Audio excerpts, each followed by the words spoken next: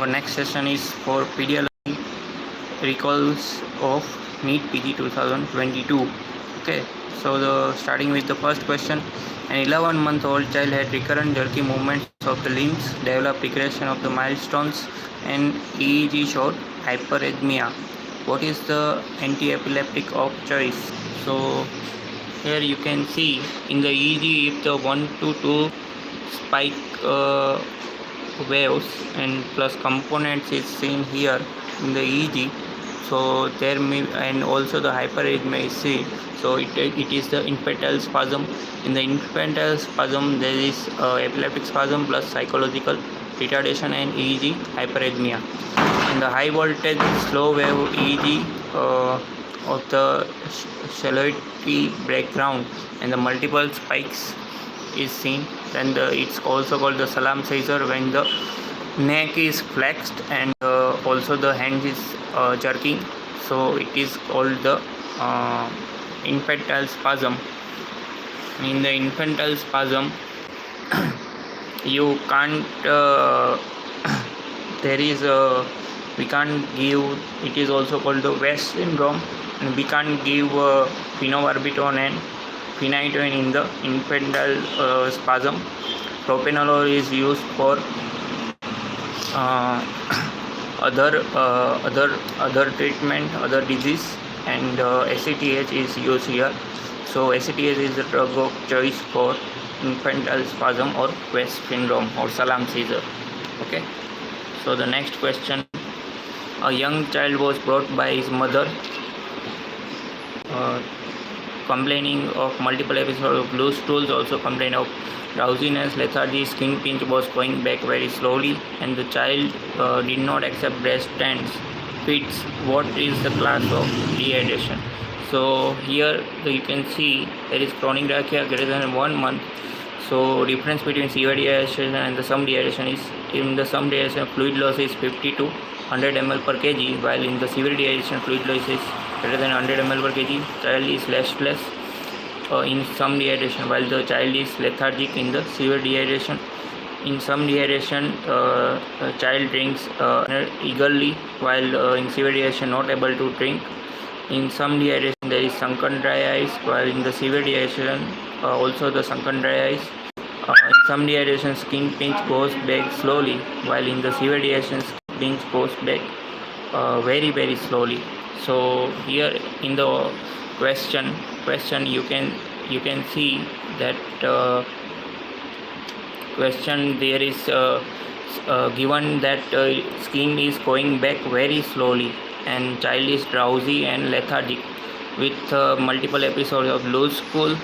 So here we have seen in that slide that in the severe diarrhea you can there is very slowly when the skin pinch we can be doing the skin pinch, the skin goes back very slowly. So here the answer will be the severe diarrhea. Okay.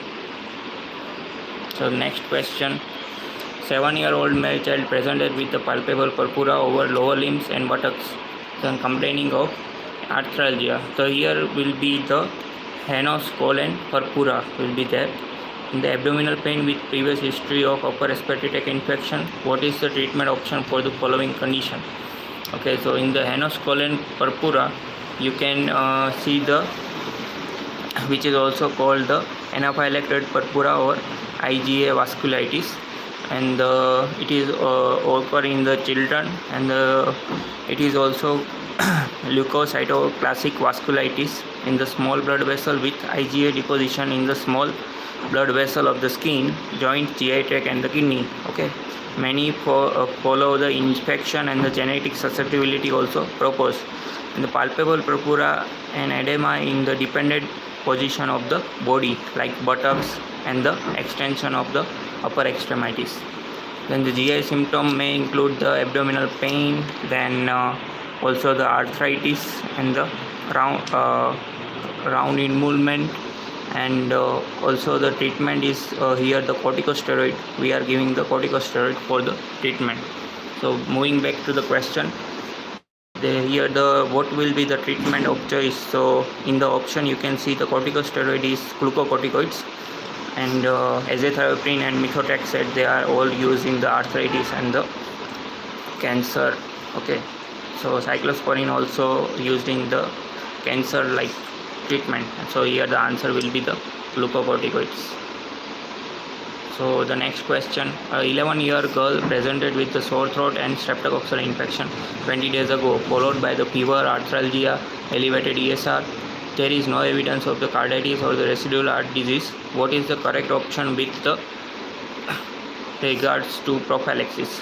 Okay, so here the patient have the rheumatoid arthritis and no evidence of the carditis or residual heart disease. Okay, so we are giving the oral erythromycin for 10 days in the acute rheumatic fever, salicylates prophylactic while the carditis is present, and the corticosteroid while the carditis is present. So the prophylaxis, we are giving injection bezathioprine for no carditis 5 years till 18 years. Carditis we are giving 10 years till 21 years and 10 years till 25 years in the major diseases. Okay, so here the answer options are single. Here the options are single injection of benzathine penicillin 6000 units intramuscular, then 3 weekly injection of benzathine penicillin 1.2 mu for 5 years or 18 years of age, whichever is later. Then 3 weekly injection of benzathine penicillin 1.2 mu for 10 years or 21 years of age, whichever is later. Then 3 weekly injection of benzathine penicillin up to 25 years. So here the answer will be most likely of B answer, that 3 weekly injection of benzathine penicillin 1.2 mu for 5 years or 18 years of age, whichever later. Okay, I hope you understand well. Any doubts, so you can comment here. Here the diagram is given.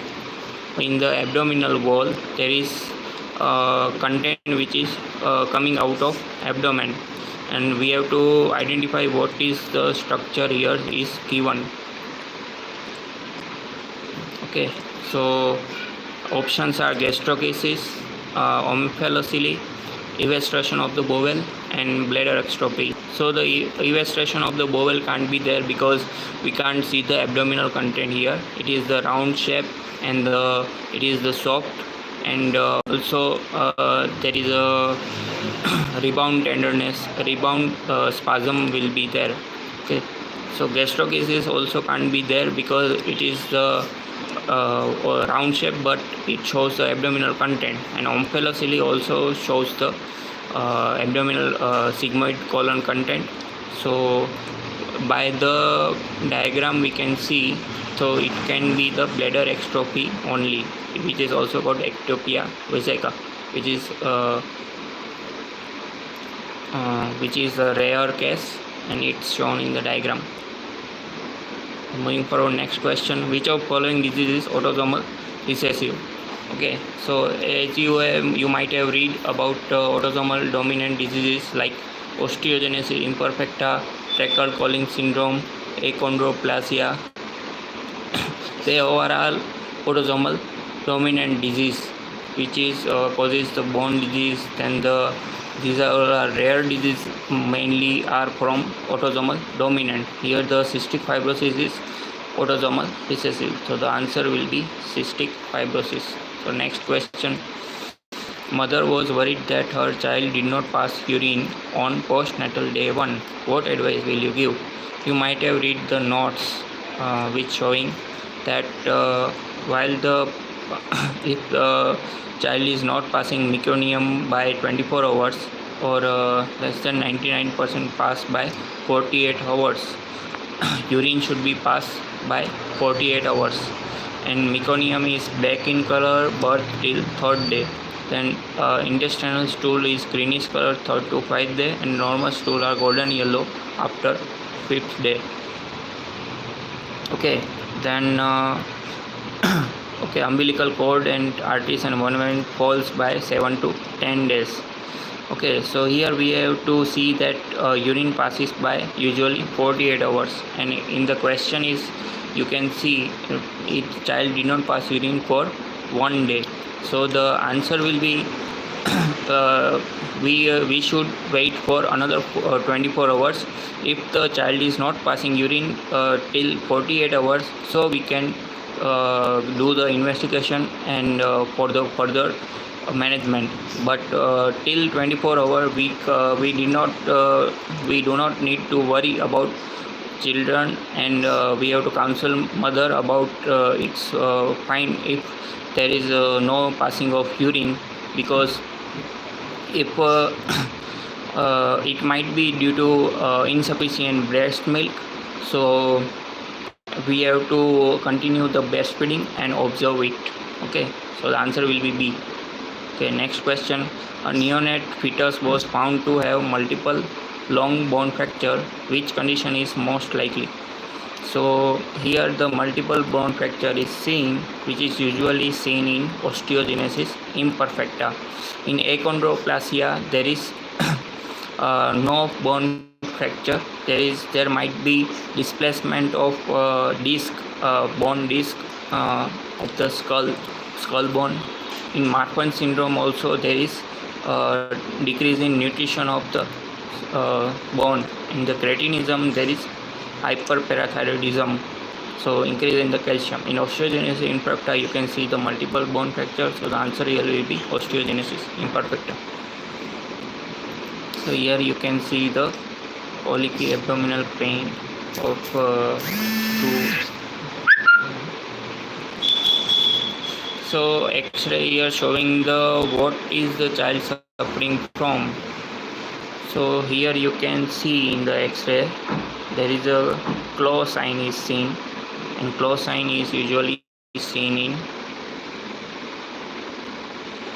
if first 3 months of infantile colic. So in the abdominal pain is present, so it might be infantile colics, while after 3 months to 6 years, if there is abdominal pain is present, so it is intussusception is there. Okay, so answer here will be intussusception. Okay, so here the end of our pediatric recall session, and I hope you will get and if any suggestion for improve this video, so you can comment below, and you can like my video and subscribe my channel for the other recall session of the Neetpg 2022, and you can share to your friends by WhatsApp group. Okay, thank you. Medical ID.